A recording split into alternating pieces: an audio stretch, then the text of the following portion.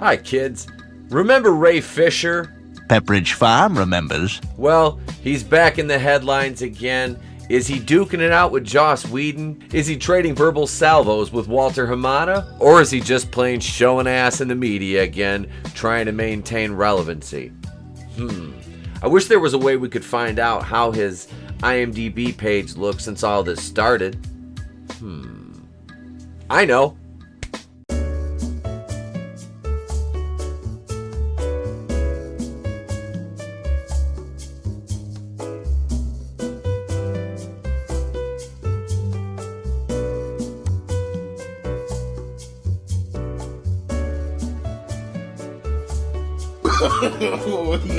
No.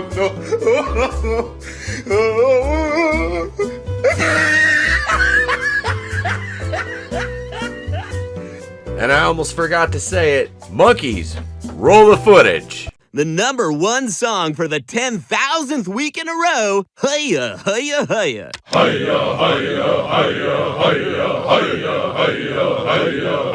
Yeah, that works. I like All right, that. okay. All right, moving on. Hey, what about Tulip?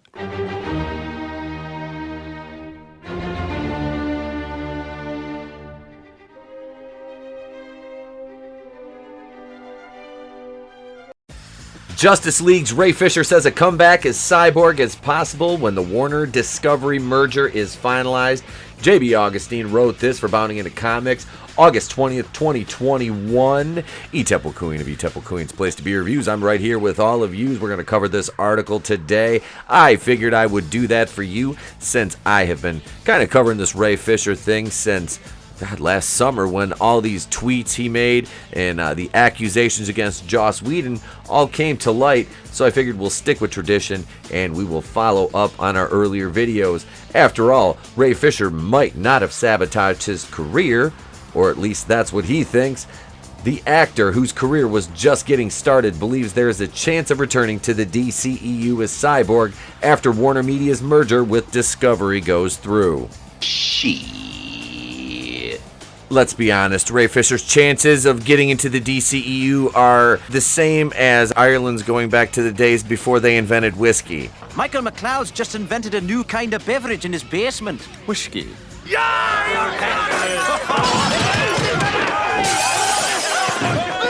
During a panel appearance at MegaCon in Florida, covered by Geekosity Mag, Fisher stated he thinks a return is possible if there is a demand for it and uses the Snyder Cut to make his point. I'm retarded. Then you had the veritable tweet storm by Ray Fisher. Yes, he lashed out at Joss Whedon, of course. He lashed out at Jeff Johns. He lashed out at John Byrne.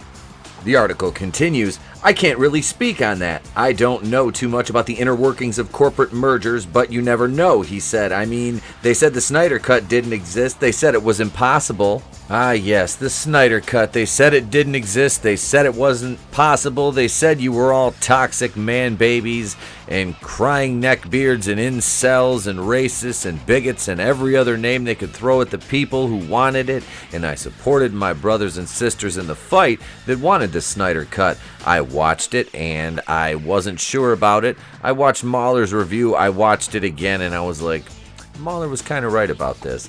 But I am happy for the people that wanted the Snyder Cut. Regardless of that, Ray Fisher is using a correlation between the release of the Snyder Cut and his own career resurgence, or his own desired career resurgence, with this forthcoming corporate merger. Sure, Jan. Fisher added, give it time. They said it for years and years, so give it time and the appetite for it. If people want it to, eventually, I think it's possible. Possible? Yes, as with anything, but it would really depend on receiving an apology from Warner and DC Films president Walter Hamada if he remains in power over there. For me, there's a lot of stuff behind the scenes, Fisher began. Obviously, I've not been a stranger or I've not been shy, rather about talking about the things that have occurred over the last year. The back and forth that I've had personally and publicly with Warner Brothers Pictures, Walter Hamada, and the rest of the crew over there for me.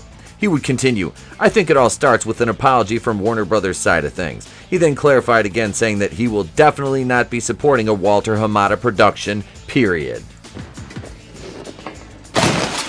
So the possibility likely remains remote, barring a miracle. DC, of course, is hanging on to parts of the Snyderverse they like, including Jason Momoa as Aquaman, Gal Gadot as Wonder Woman, and Ezra Miller as The Flash. Ben Affleck is wearing the cape for at least one more appearance in The Flash's not-so-solo time bender of an adventure, and J.K. Simmons is reportedly in talks to reprise Commissioner Gordon in Batgirl.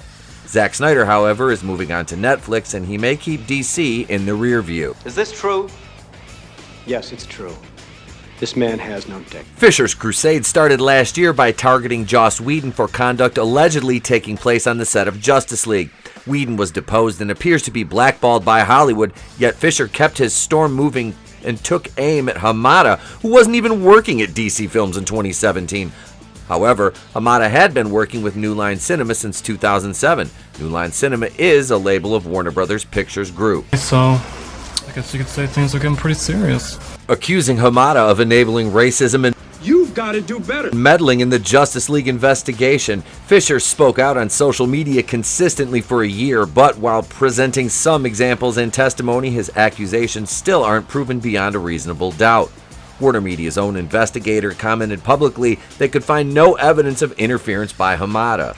There you have it, folks. Ray Fisher has been asking for this apology from Walter Hamada since last year. I mean, the investigation, which Fisher requested, Warner, they obliged him. They hired an outside third-party investigator so they would have an above-board investigation, a fair and balanced investigation, a non-biased investigation. Fisher still was not happy with it. At first he wouldn't cooperate, then he did cooperate, and the findings were not to his liking, so his tantrum continued otherwise, folks, and it rages on to this day, obviously, and it's going to adversely affect his film career. This young man was, like I said, a D-lister in this movie amongst much more successful and polished actors than himself. Not to say that he couldn't have had a bright future, and I'm not saying that he should have taken the allegations lying down either. It's just the manner in which he went about it. It seems as though it was counterproductive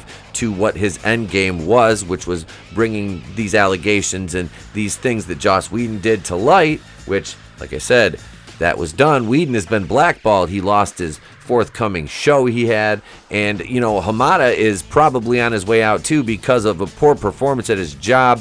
The DC movies, the Suicide Squad, however good it may perform, it's probably going to lose some money. Birds of Prey was a dumpster fire, and not to mention there's no continuity there, and we're not going to get into that whole thing right now. But what do you guys think about Walter Hamada versus Ray Fisher? Do you think Hamada is going to give him an apology? I don't think so, ladies and gentlemen, but now it's your turn. Please opine in the comments below, and if I've earned it, let today be the day you subscribe to the channel. We are climbing that hill ever so slowly, but we're climbing anyway, up to 1,000. So hit the button, the red button that is, if you are so inclined. Don't you forget to bitch slap that like button as well. I'm Itepo Kuina, the place to be reviews. I've been here with all of you, and if I don't see you, have a great day, a pleasant tomorrow. Remember, it's always better to burn out than fade away.